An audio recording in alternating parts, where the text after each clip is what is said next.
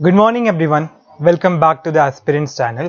और आज हम लोग बात करने वाले हैं हमने लास्ट क्लास में एक्चुअली में इकोनॉमिक प्लानिंग की शुरुआत करी थी। आज के क्लास में हम लोग उसी इकोनॉमिक प्लानिंग के डिस्कशन को फर्दर लेके जाने वाले हैं। We will be starting with the 5-year plans, as I have discussed and shared with you all the people that we would be dealing with the 5-year plans in the next upcoming videos. So here I am planning commission को समझेंगे कि कैसे भारत ने एक दौर में 5-year plans के उस कंस्ट्रक्टिव स्ट्रक्चर के साथ, एक फ्रेमवर्क के साथ भारत में प्लानिंग की शुरुआत करी। भारत में जो भी 12, 13, 14 प्लानिंग रहा या जो पंचवर्षीय योजनाएं आई, उन सभी में क्या क्या ऑब्जेक्टिव्स डिसाइड किए गए, है ना, उन सबको हम लोग देखने वाले हैं आज के क्लास में। और आगे भी देखेंगे कि चीज़ें कैसे आगे बढ़ते जाती है। ठीक है, तो देखिए प्लानिंग कमीशन क्या है। प्लानिंग कमीशन एक ऐसी व्यवस्था थी जो भारत में 1950 के दशक में या साल 1950 में बनाई गई, जो कि एक नॉन कॉन्स्टिट्यूशनल बॉडी है। अब ये नॉन कॉन्स्टिट्यूशनल बॉडी का मतलब क्या है, यानी कि ऐसी संस्थानें, ऐसी इंस्टीट्यूशंस जिनका मेंशन, जिनका जिक्र भारत के संविधान में नहीं है और जिनकी जो शक्तियां हैं, जिनकी जो पावर्स हैं, they are not derived from the constitution of India, जो भारत के संविधान से अपनी पावर को डेराइव नहीं करती हैं, उन्हें हम नॉन कॉन्स्टिट्यूशनल बॉडी के नाम से जानते हैं, नॉन कॉन्स्टिट्यूशनल बॉडी। ठीक है, अब ये नॉन कॉन्स्टिट्यूशनल बॉडी का मतलब क्या है, the body which are not mentioned in the constitution of India. ठीक है, ऐसी संस्थान थी प्लानिंग कमीशन। अब ये अगर नॉन कॉन्स्टिट्यूशनल बॉडी है तो उस केस में फिर ये कैसी बॉडी है, ये एग्जीक्यूटिव बॉडी है। एग्जीक्यूटिव क्यों? क्योंकि इस संस्थान की जो फॉर्मेशन थी वो करी थी भारत के प्रधानमंत्री, उस टाइम के तत्कालीन प्रधानमंत्री जवाहरलाल नेहरू जी ने, यानी कि ही वाज द एग्जीक्यूटिव। तो ये एग्जीक्यूटिव बॉडी है जिसका मेन मकसद क्या था भारत में, कि कैसे 5 सालों के अंदर हम अपने प्लान्स को कंस्ट्रक्ट करेंगे, उनमें 5 सालों में हमारे क्या ऑब्जेक्टिव्स रहेंगे, कैसे हमारे जो फंड होंगे, पैसे होंगे, उन्हें हम डिस्ट्रीब्यूट करेंगे। तो उस सारे व्यवस्थाओं को हम 5 सालों के अंदर समेट के रखना चाहते थे। ठीक है, तो इस तरीके से भारत ने बहुत सारे पंचवर्षीय योजनाएं देखी। लगभग 12 पंचवर्षीय योजनाएं भारत ने तकनीकी तौर पे देखी। उन्हीं 12 पंचवर्षीय योजनाओं के बीच में कई ऐसे समय भी आए जब इमरजेंसी की सिचुएशन भारत में आई, और उस सिचुएशन में भारत को वो 5-year प्लान नहीं बल्कि एक इमीडिएटली एक प्लानिंग ऐसी करनी थी जहां पे वो जो इमीडिएट उनके पास प्रॉब्लम थे उसको टैकल कर सके। यानी कि हमने कई बार एनुअल प्लान्स भी लॉन्च करी। एनुअल प्लान्स क्यों? ताकि हम उस समय जो हमारी इमीडिएट प्रॉब्लम्स है उसको टैकल कर सके, हम अपने फंड को डिस्ट्रीब्यूट कर सके।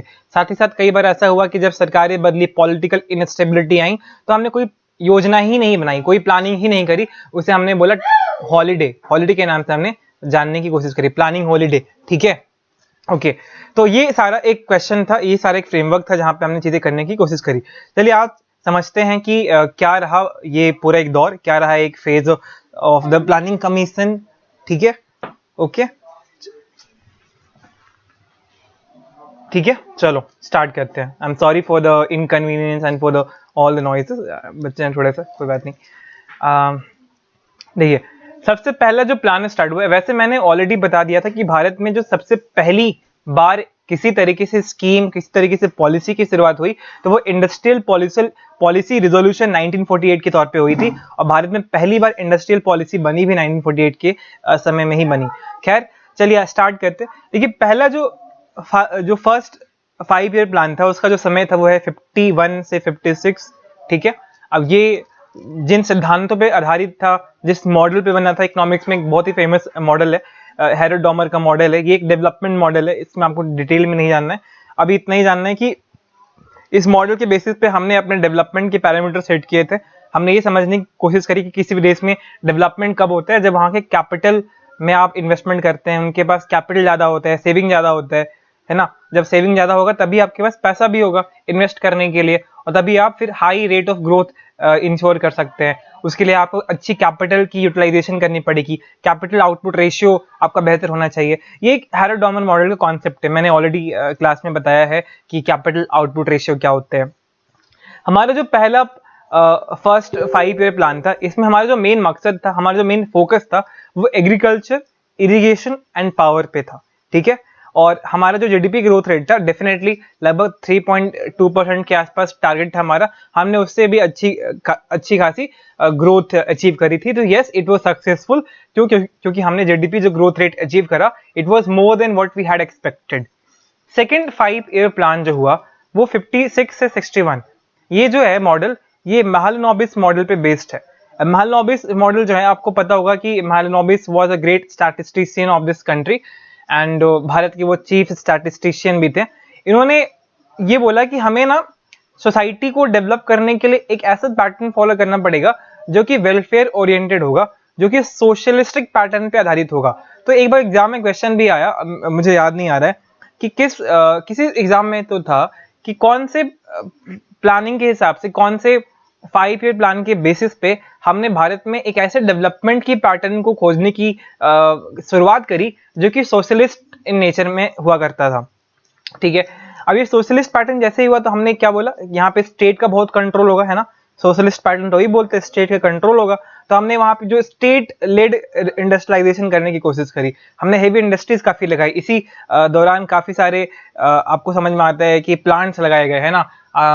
चाहे वो दुर्गापुर में प्लांट लगाने की बात हो, है ना, या फिर रायपुर में प्लांट्स लगे हैं, तो बहुत सारे, बोकारो में प्लांट स्टील कंपनी लगती है, तो ये सब सारी चीजें इसमें हुई। उसके बाद हमने अगेन इसमें भी सक्सेसफुल रहा ये प्लान, क्योंकि हमने अपने जीडीपी से ज्यादा ग्रोथ रेट अचीव किया था। हमारा जो थर्ड प्लान रहा वो रहा 61 से लेके 66 तक। अब ये जो है, इसे हम गडगिल योजना भी बोलते हैं, क्योंकि ये इन्होंने गडगिल ने एक थ्योरी दी थी, उसके बेसिस पे हमने यहाँ पे इस पूरे प्लानिंग की फाउंडेशन रखी थी, जहां पे हम बेसिकली सेल्फ रिलायंस बनने की कोशिश कर रहे थे। हम लोग इंपोर्ट सब्स्टिट्यूशन पे ज्यादा ध्यान दे रहे थे। इंपोर्ट सब्स्टिट्यूशन का मतलब क्या है, we will not be importing something which can be produced domestically in your country. अगर आपके देश में वो चीजें जो आराम से बनाई जा सकती है, हमें वहां पे लेने की चीजें, इसको इंपोर्ट करने की जरूरत नहीं है। तो यस, वो एक प्लान रहा, एक हमारा एक विजन था। लेकिन चूंकि आपको पता है कि भारत में उसी टाइम 1962 में चाइना के साथ वॉर हुआ, है ना, फिर हमारा पाकिस्तान के साथ वॉर हुआ 1965 में, तो we had continuous war with the neighbouring countries, and उसके साथ ही साथ हमारे यहाँ ड्रॉट भी आए। तो एक समझ में आता है, एक सेंसिबल थॉट ये आता है कि हाँ, शायद ये जो प्लानिंग है, ये जो हमारा जो एक ऑब्जेक्टिव रहा होगा वो फेल कर गया होगा। फिर उसके बाद हमने लगभग थर्ड 5 ईयर प्लान के बाद जब एपिक फेल हुआ, तो हमने बोला कि यार ठीक है, अभी हम थोड़ा सा मतलब इस पूरे 2-3 साल के लिए चीजें, या 3 साल के लिए हम लोग यहाँ पे प्लानिंग नहीं करने वाले, will have to evaluate things. और साथ ही साथ ये एक ऐसा भी समय रहा जहाँ पे भारत में काफी पॉलिटिकल इंस्टेबिलिटी भी रही, है ना। उसके बाद फोर्थ 5 ईयर प्लान आया, जो कि इसे हम बोलते हैं Ashok Rudra and Alan Manne model. Ashok Rudra and Alan Manne model. Third वाला क्या था, सुखोम चक्रवर्ती और जॉन सैंडी मॉडल, जिसे हम गाडगिल योजना के नाम से भी जानते हैं। अगेन यहाँ पे भी हमने वही चीजें करने की कोशिश करी, क्योंकि आपको पता है कि लगभग 1960 के दौर से भारत ने एक ऐसी रिवॉल्यूशन की नींव रखने की शुरुआत कर दी थी, जिसके जो बेनिफिट थे वो भारत की आने वाली पीढ़ियों को मिलने वाला था। यस, हम बात कर रहे हैं फूड रिवॉल्यूशन के बारे में, ग्रीन रिवॉल्यूशन के बारे में, एग्रीकल्चरल रिवॉल्यूशन के बारे में। तो उसी, अब ये जो रिवॉल्यूशन होता है ना, वो 1-2-3 साल के अंदर नहीं होता है। It takes a year, it takes lot of years, it takes like number of years, बहुत समय लगेगा, बहुत साल लगेगा, और जिसके जो बेनिफिट है वो आपको 2-3 साल के अंदर नहीं दिखाई देंगे। It will take time. तो उसी प्रोसेस में आपको, you have to do things continuously, चीजें करते रहनी है, जिसके बाद आपको बेहतरीन रिजल्ट्स मिलते हैं। तो उसी पूरे प्रोसेस में, चाहे वो थर्ड 5 ईयर प्लान आएगा, फोर्थ 5 ईयर प्लान आएगा, हमारे एक फोकस तो वहां पे रहने वाला है कि हम सेल्फ रिलायंस की तरफ जाने वाले हैं, ठीक है। उसी प्रोसेस में अगर आपने ये मूवी देखी, इमरजेंसी, अभी रिसेंटली आई थी, I am not going to review the movie because that is not what we are here for, but हाँ, उस मूवी में या फिर जितनी भी इमरजेंसी की मूवी है, वहां पे आपने एक डायलॉग बहुत सुना होगा, India is Indira and Indira is India. वो एक ऐसा दौर रहा जहां पे कांग्रेस में भी काफी सारे डिविजन्स क्रिएट हो चुके थे। एक कांग्रेस जिसको मोरारजी देसाई लीड कर रहे थे, या फिर कह सकते हैं कि कामराज लीड कर रहे थे, और एक जो कांग्रेस था उसकी लीड कर रही थी वो इंदिरा गांधी थी। And she was so arrogant उस टाइम अपने पावर के चक्कर में कि वो Indira is Indian, Indira is Indira में वो कन्वर्ट हो गया था।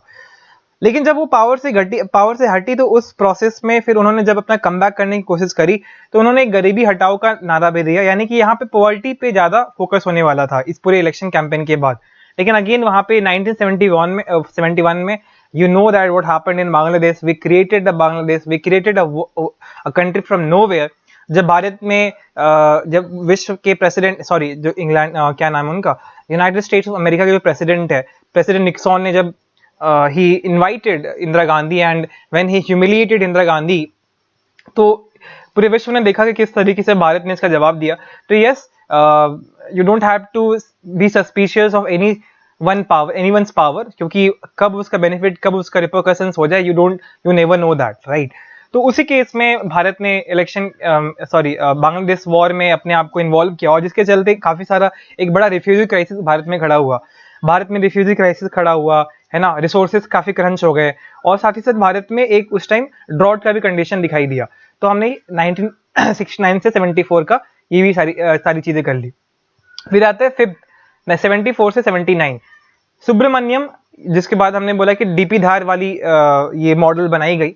इसमें हमारा जो फोकस था वो एग्रीकल्चर पे ज्यादा था, इंडस्ट्री माइंस पे कम था। अगेन अगर क्वेश्चन आता है कि कौन से 5 ईयर प्लान में हमने पॉवर्टी पे बहुत ध्यान दिया, गरीबी पे बहुत ध्यान दिया, तो वो था 4th 5 ईयर प्लान। ठीक है, चलो ठीक है, हाँ ओके।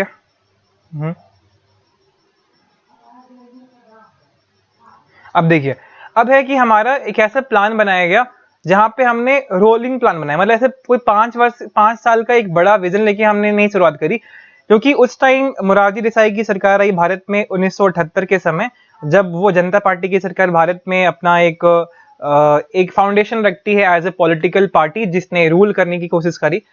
बट 2 साल तक ही उनका दौर चला और मोरारजी देसाई ने इस पूरे 2 साल में he never took the plannings from a broader perspective, but उन्होंने 2 प्लानिंग करी, मतलब एक प्लानिंग करी जिसका उन्होंने बोला कि 2 साल के लिए हम प्लानिंग करते हैं।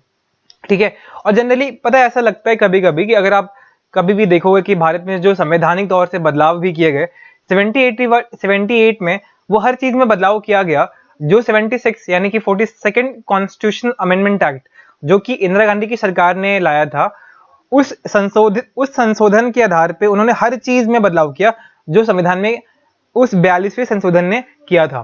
तो 78 जो ईयर था, या जो 78 से लेके 80 तक का जो 2 साल का पीरियड था, it was nothing but it was the revenge, it was the changes, it was an attempt to bring the changes, and जो कि इससे पहले वाली सरकारों में किया गया था।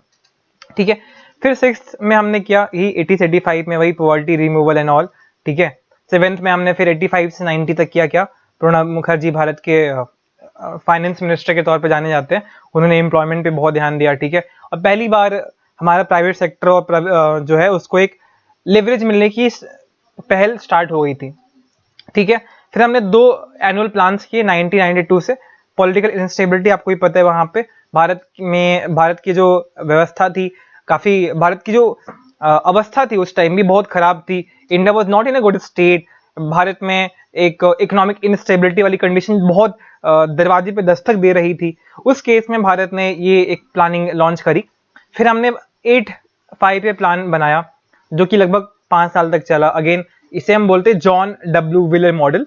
ठीक है, यहाँ पे इसी क्वेश्चन आता है अगर आपसे कि which 5 year plan brought the reforms aimed at the liberalisation, privatisation and the globalisation.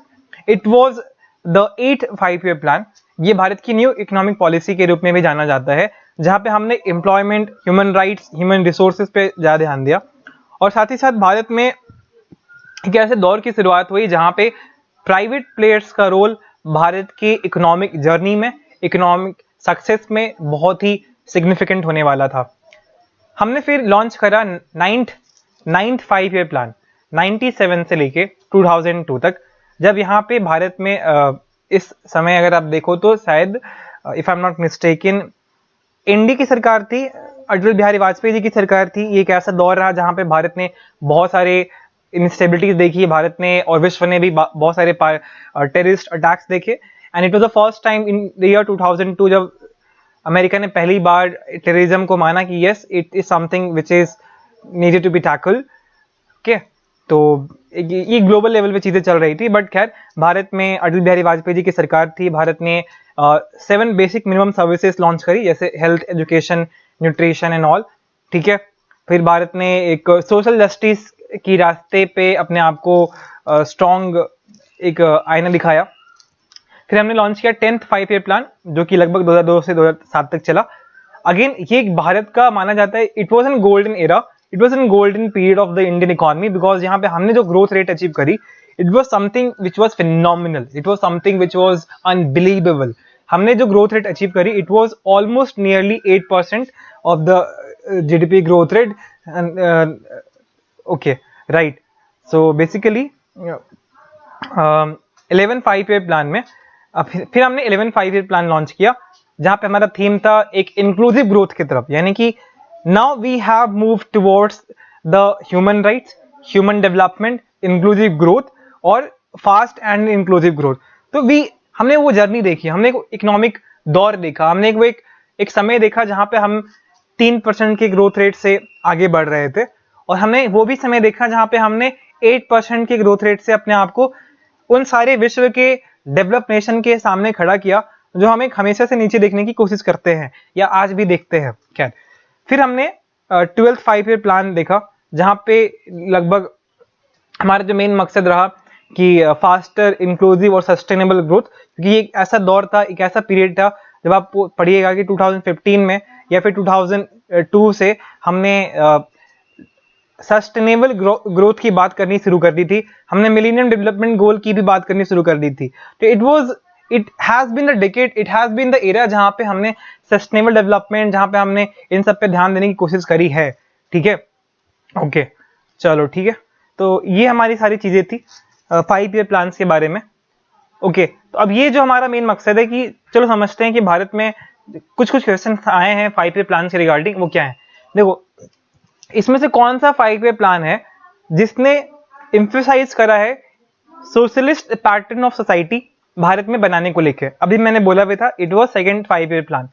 The main objective of the 12th 5 year plan, अब इसमें से क्या है, अभी रिसेंटली हमने पढ़ा, तो ये inclusive growth and sustainable growth का ही था।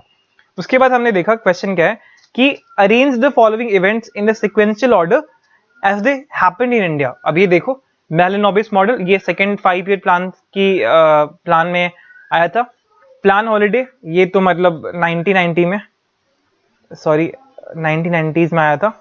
फिर रोलिंग प्लान, नहीं प्लान हॉलिडे कब आया था पता है, ये आया था जहां तक मुझे याद आ रहा है कि 1966 के बाद से 69 तक जो है ना, वहां पे 3 साल का जो गैप आया था। उसके बाद क्या है, रोलिंग प्लान जो मोरारजी देसाई लेके आए थे 1978 में।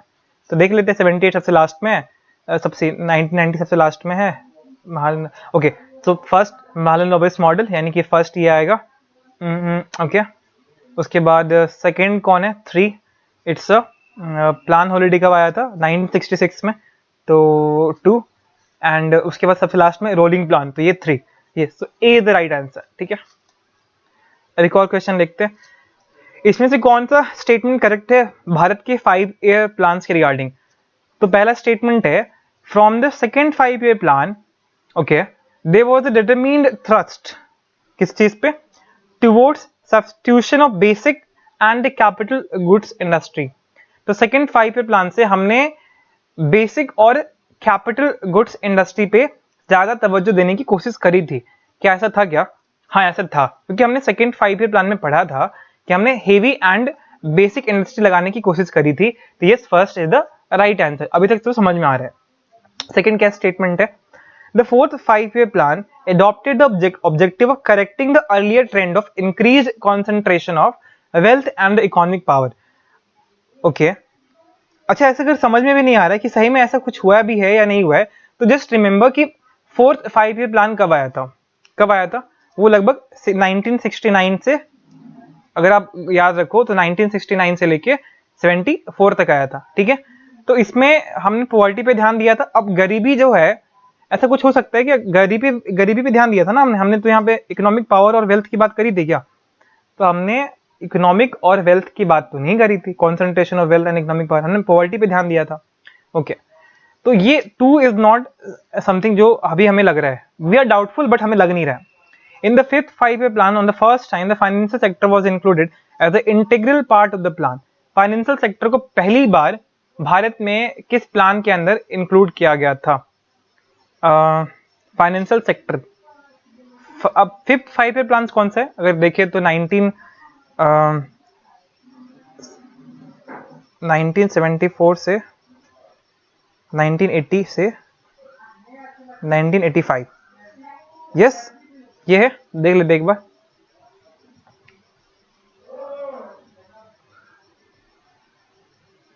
सॉरी, 1974 से 1979। अब हमारे यहाँ मेन मकसद एग्रीकल्चर पे था, यहाँ पे क्या बोला जा रहा है? Financial sector. तो ऐसा कुछ लग नहीं रहा है कि फाइनेंशियल सेक्टर का यहाँ पे इन्वॉल्वमेंट किया जा रहा है। तो yes, 3 is not the right answer. ठीक है, तो इसमें बच कौन गया? 3 लग नहीं रहा है, 3 नहीं लग रहा है, तो 1 and 2 is the right answer. चलो, ओके, ठीक है। अब एक बात देखते हैं कि प्लानिंग कमीशन का लिमिटेशन क्या है। देखिए, प्लानिंग कमीशन ने ऐसा नहीं कह सकते कि भारत में जो भी ग्रोथ रेट अचीव हुआ वो सिर्फ प्लानिंग कमीशन के चलते हुआ, क्योंकि प्लानिंग कमीशन एक टूथलेस बॉडी है। वो ये बताती है इतना पैसा देना है, इतना पैसा देना नहीं है, लेकिन जब और वो ऑब्जेक्टिव डिसाइड करती है, वो ऑब्जेक्टिव सेट करती है, लेकिन if the particular government is not able to fulfil the objective, then in the case of failure, the PC, the planning commission doesn't have any power to punish the organization. तो यहाँ पे एक इसका limitation आता है। तो उस limitation के चलते planning commission is not the solely responsible for the growth that India has achieved in the last decade. साथ ही साथ इस कमीशन ने भारत में लैंड रिफॉर्म्स, लेबर लॉज अभी भी उतने अच्छे से, जो 2012 में, अगर आपको पता है, planning commission with the commencement of this, with the BJP coming to the ruling, with the BJP in the, क्या बोलते हैं उसको, जब पावर में आई तो उसके बाद से प्लानिंग कमीशन का अस्तित्व खत्म हो गया। तो 2014 तक टेक्निकली देखा जाए तो इसके पास ना तो ऐसी पावर थी जहां पे वो लोगों को पनिश कर सके, साथ ही साथ इसने लैंड रिफॉर्म अच्छे से नहीं किया, लेबर लॉज इंप्लीमेंट सही से नहीं किया है। ठीक है, और साथ ही साथ प्लानिंग कमीशन का एक बहुत बड़ा दिक्कत ये होता था कि मान लो कि अगर इनके साथ कोई स्टेट्स कोऑपरेट नहीं कर रहे, मान लो कि अगर बीजेपी सेंटर में है और प्लानिंग कमीशन बीजेपी के अंदर आती है, रूलिंग पावर के अंदर आती है, रूलिंग गवर्नमेंट के अंदर आती है, और एक है केरला में कोई गवर्नमेंट जो कि नॉन बीजेपी रूलिंग स्टेट है। ठीक है, उस केस में अगर केरला वाली जो गवर्नमेंट है अगर बीजेपी की बात नहीं मानती है, तो ये व्हाट दे विल डू, ये पैसा ट्रांसफर ऐसे एनजीओ कर देंगे, ऐसे इंस्टीट्यूशंस को कर देंगे जो डायरेक्टली अपने स्कीम को लॉन्च कर देंगे उस स्टेट में। तो ये बाईपास करने की कोशिश करते थे स्टेट्स को प्लानिंग कमीशन के थ्रू।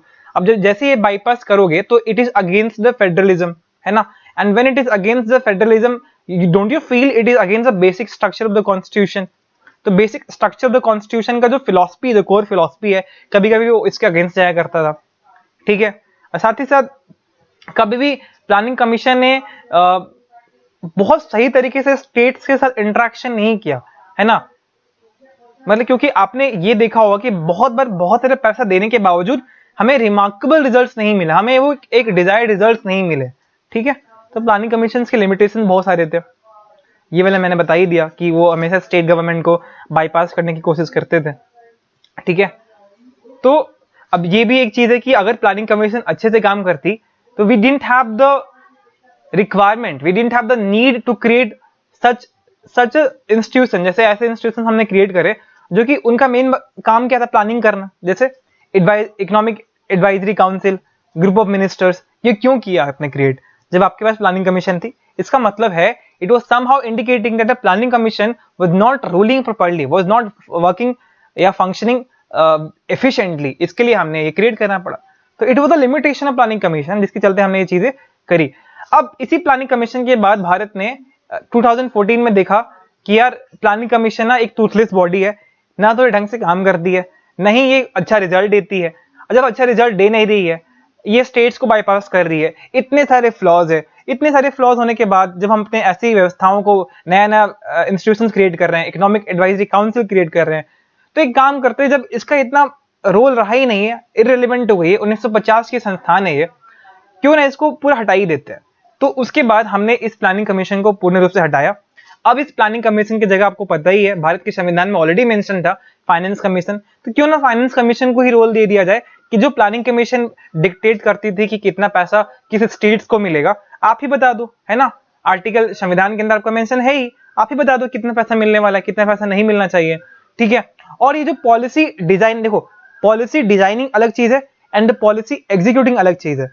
तो पॉलिसी एग्जीक्यूटिंग के लिए आपको पैसा चाहिए, you have finance commission for that, लेकिन जो पॉलिसी डिजाइनिंग है उसके लिए हमें एक थिंक टैंक चाहिए जिसका मेन मकसद ही क्या है, रिसर्च करना, एनालिसिस करना, डेटा इनपुट निकालना और एक इंसाइट देना। उसके लिए हमने एक थिंक टैंक बनाया, उस थिंक टैंक का नाम क्या था, NITI Aayog, national institution for the transforming India. ये एक ऐसी बॉडी है जो कि नॉन कॉन्स्टिट्यूशनल है, पहली बात। दूसरा, ये भी ऐसी बॉडी है जिसके पास प्लानिंग कमीशन से भी कम पावर है, क्योंकि थिंक टैंक है, it can not dictate the policy, it can not dictate terms on which government को खर्चा करना चाहिए, किस स्टेट को कितना देना चाहिए। ये पूर्ण रूप से एक थिंक टैंक बॉडी है। जैसे अगर डिफरेंस समझने की कोशिश करें, 1950 में प्लानिंग कमीशन का जिक्र हुआ, बनी वो, और 2014 में इसे हमने डिसॉल्व कर दिया। नीति आयोग कब बनी, ये 2015 में बनती है।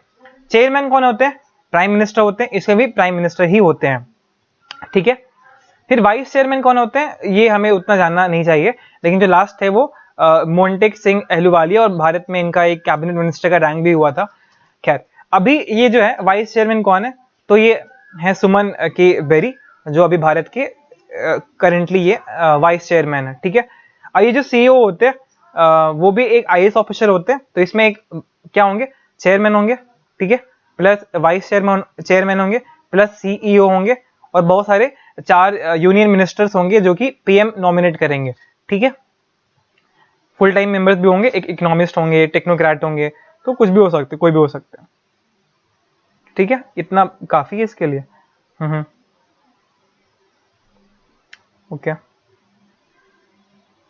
इसके फंक्शंस में क्या है, देखिए नीति आयोग का मेन काम क्या है, ये पॉलिसी डिजाइन करती है, जिसमें 3 तरीके की पॉलिसी ये फ्रेम करती है। पहला 3 ईयर एक्शन एजेंडा, उसके बाद 7 ईयर स्ट्रैटेजी डॉक्यूमेंट और 15 ईयर विजन डॉक्यूमेंट। ये 3 चीजें हैं जो आपको बस याद रखना है, 3 ईयर, 7 ईयर और 15 year vision document, strategy document and action agenda. इतना बस याद कर लीजिए, इससे ज्यादा काफी है, और इसमें ज्यादा मतलब ज्यादा डिटेल में जाने की जरूरत है नहीं वैसे, ठीक है।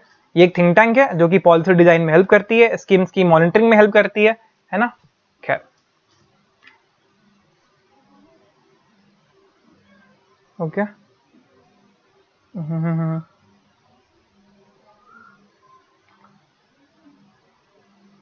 ओके, चलो इतना ठीक है। नेक्स्ट क्लास में हम लोग कुछ और देख लेंगे, ठीक है। Okay, thank you so much. So this is Nikhil Dubey signing off.